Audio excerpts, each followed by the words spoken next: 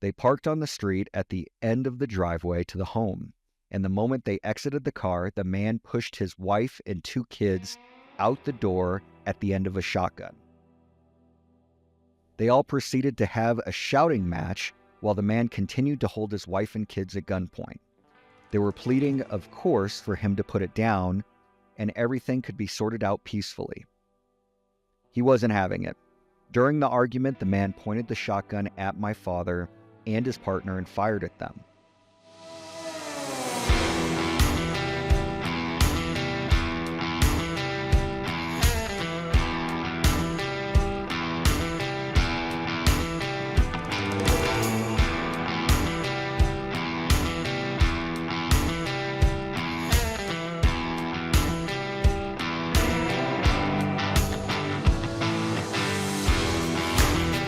All right, welcome to another Mugshot podcast.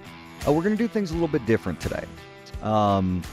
Usually we have a guest, but I think today we want to highlight our fans as well as highlight other police officers that don't have the ability to be here. A lot of these police officers, they have stories from online, stories from different websites like Police One that we're going to talk about. But I also have given the opportunity to our fan base, if they wanted to send me any questions, they could. And we have a few of those here. Now, if you'd like to reach out to me for our viewers and our listeners, feel free to contact me on social media, wherever you go for social media, as well as you can send me a message at chris.ausec at yahoo.com and connect with me, give me your story, and you will have it featured on an upcoming episode. So today we're going to start with a question from our very first viewer. Her name is Amanda S. And Amanda states, was there a particular call and or reason you left being a hostage negotiator? Thank you for the question, Amanda. I think for me, it wasn't really a call that turned me off it. I actually really enjoyed being a hostage negotiator. And before I left, I was actually in charge of a team of negotiators. So we would go out as a team, and that's usually how those negotiations work. What ultimately ended up happening, though, was I am a single dad, and I had a hard time on the weekends when I had my son. If we would get a call out, it was very difficult for me to find childcare for my son, while also trying to rush to a scene where there happened to be, anything. It could be a hostage situation. It could be a barricaded gunman or something like that. And so essentially there came a point in time when I said, I need to focus on family and focus on other things. So I left being a negotiator. It was a great job. I really enjoyed it. But at the end of the day, I truly felt that, my son was most important. I also did try, one of the things that I did do to try and stay on the unit was I tried to see if I could stay on call. On call is the big piece to this. See if I could stay on call and come in, whenever we had a negotiation when I didn't have my son. But unfortunately, that's just not the way the unit was run, and they felt that it had to be, when you were on call, you were on call, and I totally agreed with that. And so I ended up walking away from being a negotiator. My hat's off to anyone that wants to be a negotiator. I can tell you it is quite challenging, as you can imagine. It can be very chaotic at times. But the reality of it is the negotiators are the ones that try to keep everyone safe, including the officers on scene, the suspect even. They're the ones that are trying to resolve everything peacefully. And so I salute all negotiators out there. So moving on, we're going to have other questions later on in the episode. We're going to move on to some recent events that I found kind of interesting. One of which, crazy recent event, this comes from Police One, takes place in Lone Tree, Colorado. An officer used a kid's bike to chase down an accused thief. The officer, with the Lone Tree Police Department, was trying to apprehend someone accused of felony theft. He wasn't near his squad car when the suspect jumped a couple of fences and then stole a kid's motorized scooter. A video shows the officer jumping fences and trash bins before using a bright green bicycle to chase the suspect down the street. Eventually, the suspect was caught and arrested. The suspect was charged with felony theft. Then officers learned the suspect also had 3 outstanding warrants, including one for armed robbery. The suspect was booked into Douglas County Sheriff's Office Justice Center. That is very creative thinking on the officer's part. I think, at least I can only speak for myself. You have your vehicle nearby, you try to get to that. If you can't do that, you try to run. You're always calling it out on the radio.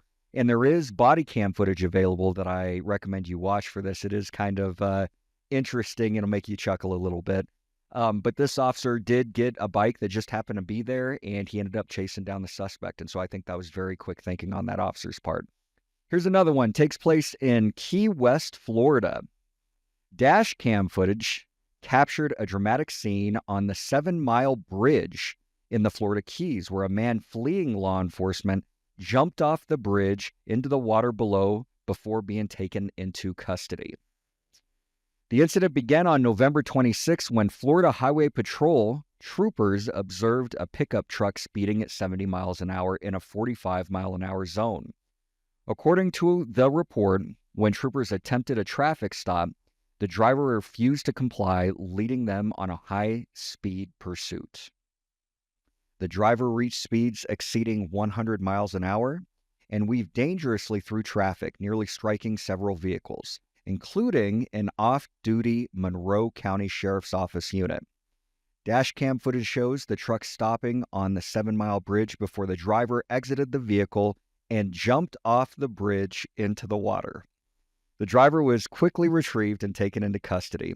Later, while handcuffed and soaking wet in a Florida Highway Patrol car, the suspect was captured on dashcam video discussing his actions with the trooper. The suspect said, "Listen, I know I did some stupid stuff just now, but it wasn't that stupid." To which the trooper replied, "It was that stupid." The trooper informed the man that he would have received a ticket had he stopped initially. The suspect now faces multiple charges, including driving with a suspended license as a habitual offender, fleeing and eluding law enforcement at high speed, resisting an officer, and other misdemeanors. Really does show you that people really do want to go get away from law enforcement when they're trying to apprehend them. But sometimes it's best just to stop, don't resist, let it happen, and you will get off much better than you would if you try to, in this case, jump off a bridge and try to elude officers. So our next stories, we're going to go around the web. So there's a Reddit thread on there that talks about law enforcement officers where they can detail their stories and some of the things they've experienced while working on the street. This one caught my attention. I thought it was kind of funny.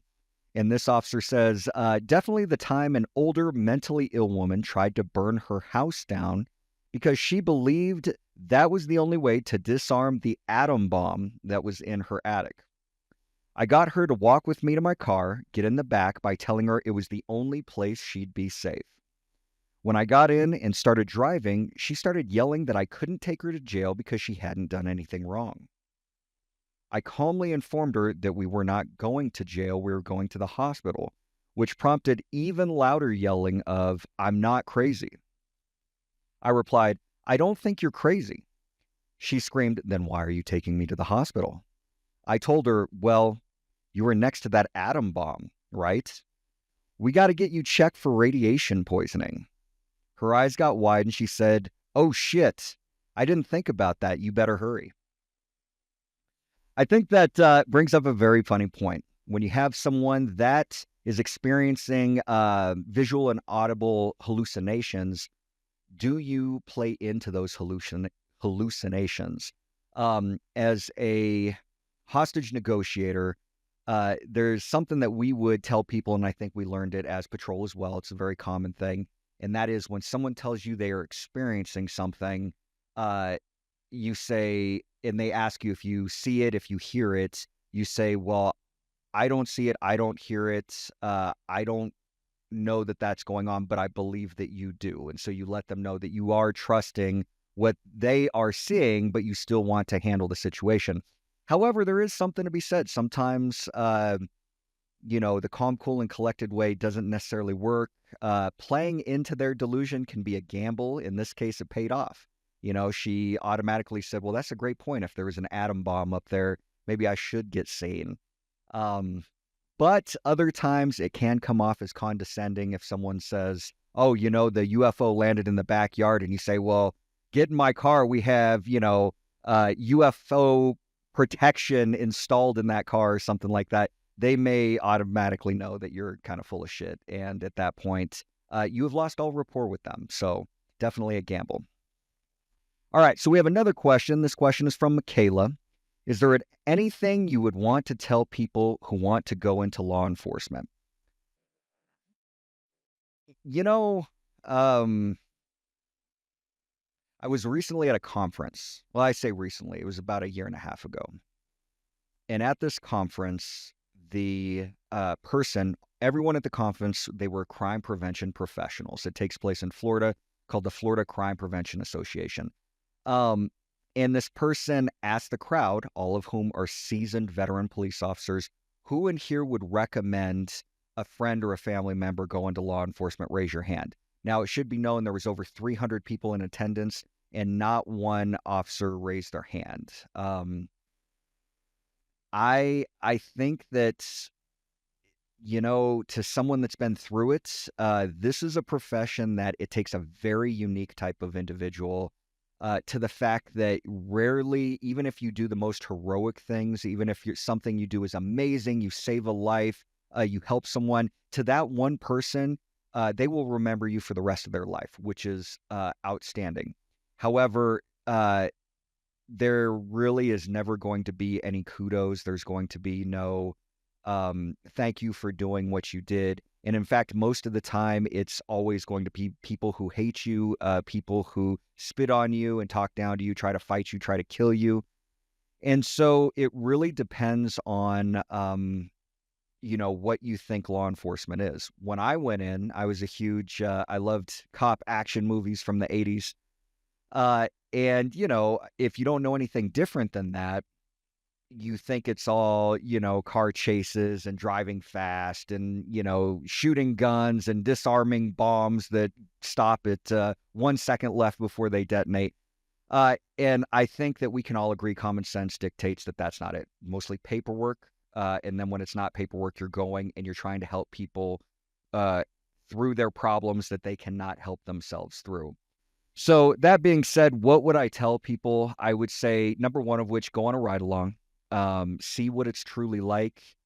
The officer will probably, say nice things and, tell you some of the stuff that you may want to hear. But if you sit there and you really ask them, don't just ask them the good things, ask them the bad. Tell me what's really going on. Tell me what's going on in your department. How did you feel when you took the X, Y, and Z call? I think you'll be surprised at the response you get, and it will help you make that informed decision on being a law enforcement officer.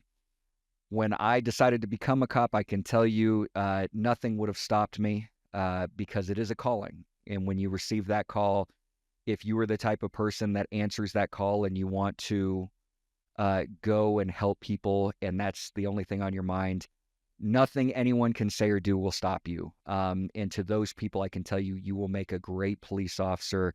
And I hope you pursue that dream. Our next set of stories.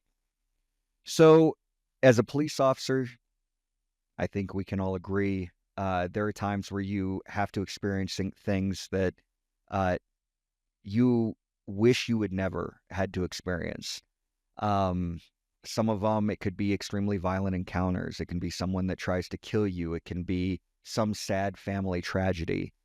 We have a few stories here, and I think they deserve to be said because it shows a true officer's experience. Starting with one, this officer said, showed up to a call about a baby crying nonstop for hours and no sign of an adult being home. We went into the house and I followed the sound of the crying baby upstairs to find an 18-month-old with her arms duct taped to her crib. I undid the duct tape and it was obvious this was not the first time it had happened. I brought the child downstairs and outside. The mom was walking up the sidewalk of the housing unit and flipped shit on me. I handed the child off to a patrol and cuffed her. It was the most satisfying click of handcuffs I ever heard. That sounds like a really sad story. And I'm very glad that the officer intervened, put the mom away, and hopefully that baby is has a better family life now with maybe some foster parents. Okay, next story. I saw a little kid standing on a busy street corner in the dead of winter, around 2 or 3 years old. Went up to him to talk to him and found out he had been standing out there for an hour or so while a quote-unquote good Samaritan kept eyes on him from across the street in a nice and warm house. Eventually, the investigation led back to a battered woman's shelter nearby. The manager recognized the kid and said his mom was upstairs in another room. We went up there and found out she died from a heroin overdose a few days prior. Broke my heart to think the kid had been in that room with his dead mother for days with little food or water, probably crying that his mother wouldn't wake up or talk to him. Don't know whatever happened to him after that. Lost kids are common in my city, but this wasn't just a forgetful tourist who didn't keep track of their kid while they snapped photographs everywhere.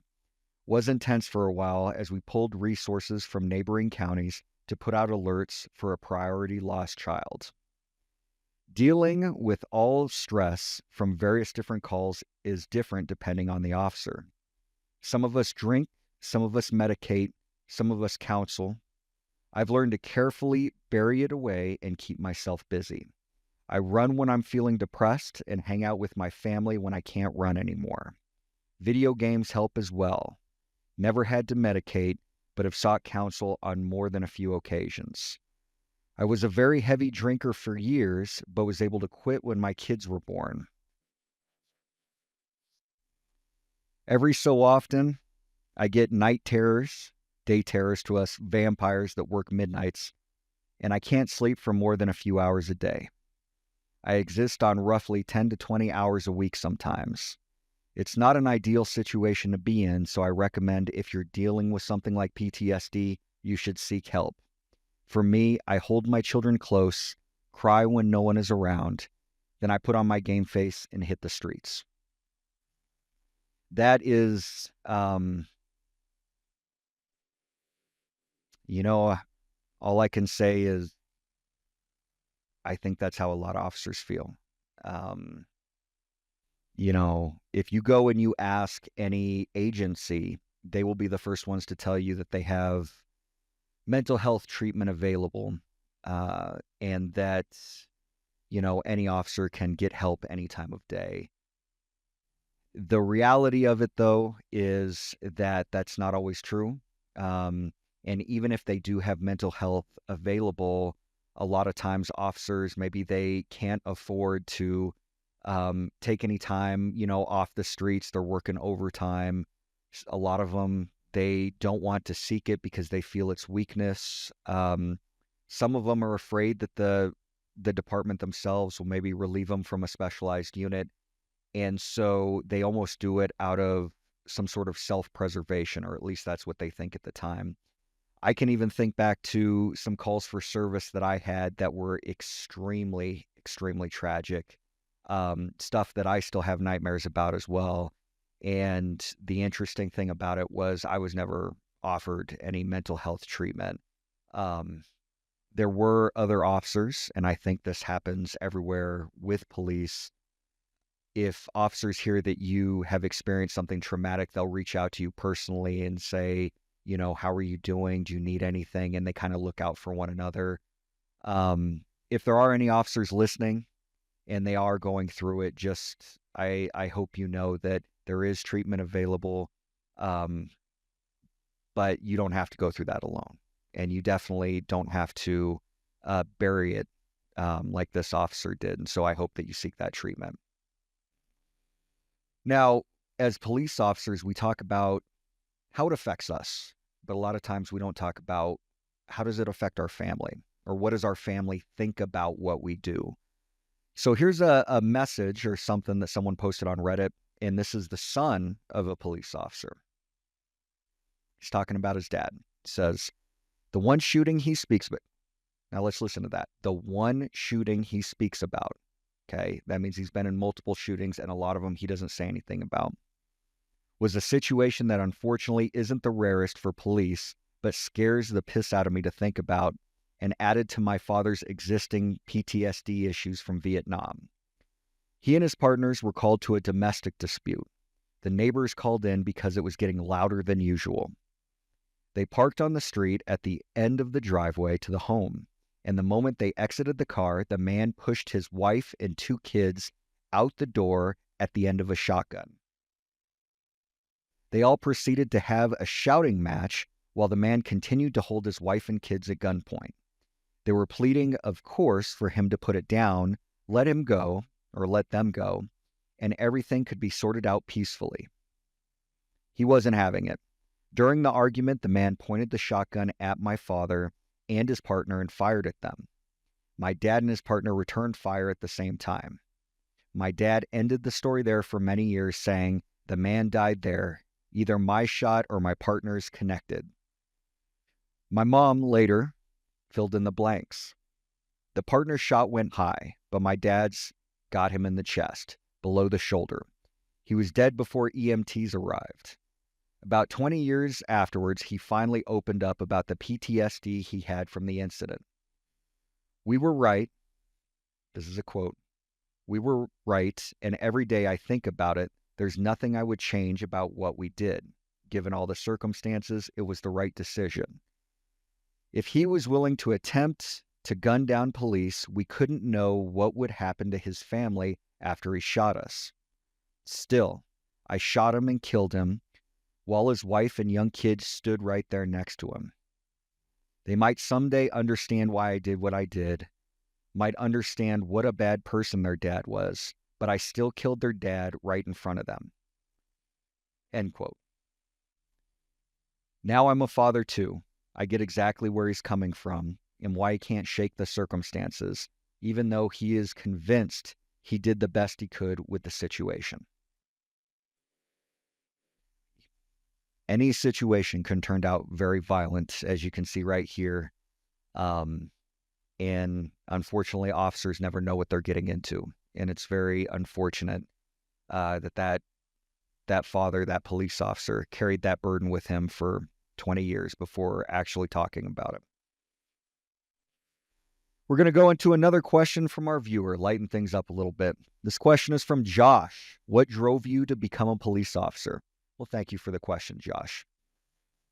I actually, interestingly enough, never wanted to be a police officer. I had high business aspirations after the Marine Corps, and I wanted to own my own business. Specifically, I was very interested in owning, I really liked Vegas, and I wanted to own a casino out in Vegas. And so to own a casino in Vegas at the time, you had to have 6 months of casino experience before you could ever get a job out there, even as like a cashier or a security or what have you. And so I was working at a gambling town here in Colorado called Cripple Creek, and I was human resources. I did accounting. I did the hiring. I did the firing. And so there was a lot that went into it, especially when it came to, I was the one making sure no money left the cage, no one stole anything from the casino, and it was a very busy place. That being said, I realized very quickly that even though I looked at the casino industry as it was a business, you know, if you want to talk about at least the place that I worked, there were some very bad, in my opinion, I don't like to throw this word around loosely, but corrupt things that were going on in industry such as that. And I decided that that's not the direction that I wanted to go. And so I was very defeated after that. And my sister told me, it was my nephew's birthday, and she said that I should, the police department was hiring. And so I wasn't really too into it, but I did miss the camaraderie from the Marine Corps. And so I decided to try out. I worked and worked. I ended up getting into the academy. And I got to tell you, it was the best decision I ever made. I made it. I really had to work my ass off over it. But going in there, there's, just about unlimited opportunity. You can try all these specialized units. It's very fulfilling. Obviously, there are some drawbacks, which I discussed earlier, but for the right person, I think it's an amazing fit. And for me, it was the thing that I needed to get me right around into doing something that I loved. So that's what led me into policing. All right. So our next part, this is going to come from Police One. And this is going to play into a future guest that I'm going to have on the show. As a police officer, I've experienced some interesting things on the street that would fall into the paranormal realm. Maybe nothing too big or grandiose as some of the stories that I'm going to read here, but I do find it very interesting because many people think, you know, again, you go on the call for service, you make the arrest, you get done with it. But when you stop to think about, you know, being in some of these situations, specifically deaths, you're around dead bodies fairly frequently, sometimes on a daily basis, and it can be a murder, it can be someone that passed away naturally, it can be a suicide, and some eerie things do tend to happen. And so you got to kind of wonder, is that just my imagination playing with me, or did something really happen? So this right here, this was actually on Police One, again, a very notable police website. And these are stories from police officers that experienced something paranormal. Okay, this first one is titled A Different Kind of Evil. Several years ago, I took a 911 call for a family reporting their teenage daughter was possessed. They claimed no possibility of drugs or history of mental health issues, which I, of course, didn't believe for a second. Family members were holding her down, and I could hear two people screaming at each other in the background. I asked the caller to tell whoever was yelling at her to stop. The caller said, "It's her." I responded that I knew it was her, but whoever was yelling at her at the same time to stop. The caller again said, "It's her," both voices. I kid you not, it was the creepiest thing I had ever heard. I've been doing this for 25 years and I've heard many things. I know of man's inhumanity and the horrible things people do to each other, but this was a different kind of evil. I was clearly hearing a young girl screaming at the same time an adult male was yelling back. I couldn't understand either language, but they were clearly two different voices. The family swore both voices were coming from her at the same time. It made my skin crawl. The lieutenant listened to the tape and later he looked at me and said, "Do you ever wonder?" Yes, I do. All right, our next story. Cell number 1 is empty. I've seen a lot of things in my career, things that would make a citizen doubt my sanity. From being dispatched to chase a UFO to responding to calls of ghosts. But the most unusual thing that happened to me was witnessed by several officers and a dispatcher. One evening, I had brought in a guy for domestic violence, and he was a bit rowdy. I was joined in booking by the sergeant and another patrolman. I'm in the process of booking Mr. Tough Guy, quote unquote, when I glanced into cell number 1. There was a guy in there, short haircut, glasses, a white t-shirt, just staring at us. I ignored him because I didn't want him to start banging on the window demanding a phone call. So I finished the booking process and escort Mr. Tough Guy to his cell, walking past cell number 1. The guy in the cell just stood there, never saying a word or moving. We all then leave booking and go about our business. Sometime later, Sergeant asked me to check the paperwork for the prisoners to see if any were ready to be transported to the county jail. I grab the paperwork and go into booking to do a head count. Cell number 1 is empty.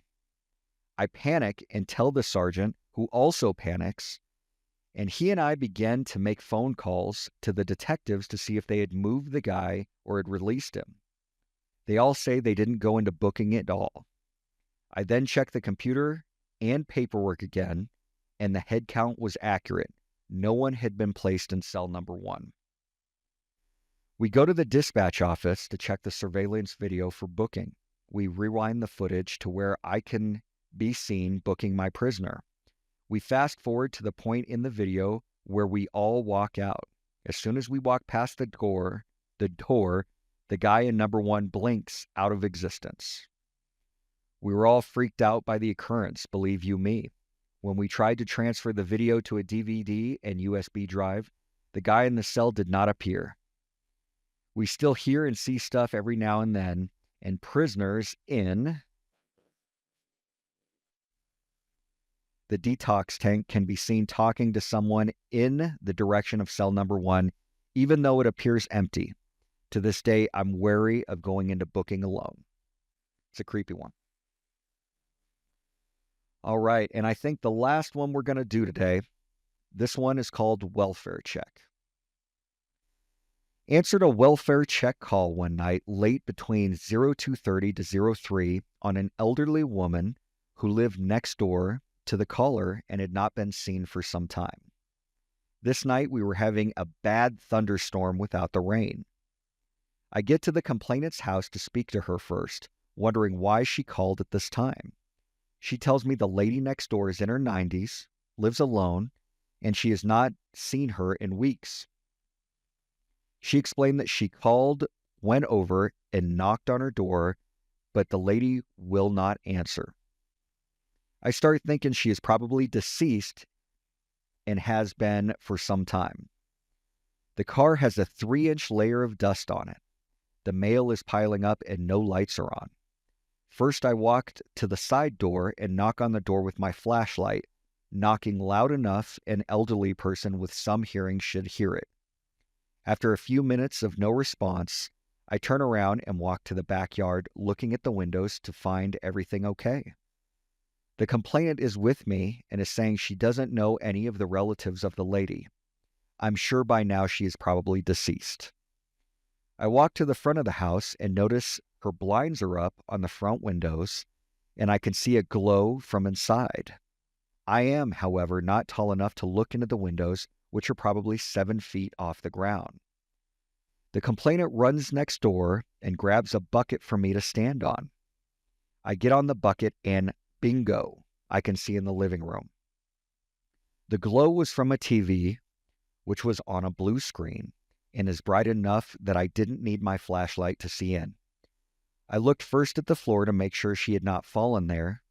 Couch, recliner, everything was empty. The telephone home base was blinking red with the missed calls and voicemails. From the living room was a hallway that was dark and I couldn't see down. Using my flashlight, I could only see an open door down the hall. Still no signs of life. I turned around and told the complainant that everything looked okay and nothing was disturbed. I turned back around and an elderly woman is looking back at me with her face right up next to the glass. I couldn't breathe. It felt as if I had been hit in the chest with a bat. I fell backward and off the bucket. I hit the ground hard and the complainant rushed to me. I pushed her off as she was trying to help me up and I ran back up on the bucket. My heart was pounding, but I had to see. Instinct had my hand on my gun, the other was up on the window. I looked back inside and saw a frail, elderly woman standing in the hallway wearing a long nightgown with her back to me. She turned her head to the side, looked at me out of the corner of her eye, and slowly walked out of view and down the dark hallway. That unnerved me. I got down and looked at the complainant, who was standing there with a puzzled look on her face. All I could say was I saw her. By now, the wind had picked up and it began to rain. I began to walk back to my car by the road, and I turned back to the complainant and said, "Don't come back here." I got into the car and drove to the PD. I never found out about the lady who lived there. The complainant didn't call back, and the house now has a different tenants inside. Some things are better left alone. All right, some very interesting stories from police officers. Thank you so much for watching the Mugshot podcast today. Again, we will be doing this in the future. It's going to be a salute to our fans and to other officers from around the country, maybe around the world one day, getting their stories out there and answering the questions that they have. Again, if you want to reach out to me, you can do so on social media or at chris.ausec@yahoo.com. I can't wait to our interview next week. I hope you join us, and I look forward to seeing you soon. I hope you enjoyed this episode of the Mugshot Podcast. Like and subscribe where you can, and I look forward to seeing you on the next one.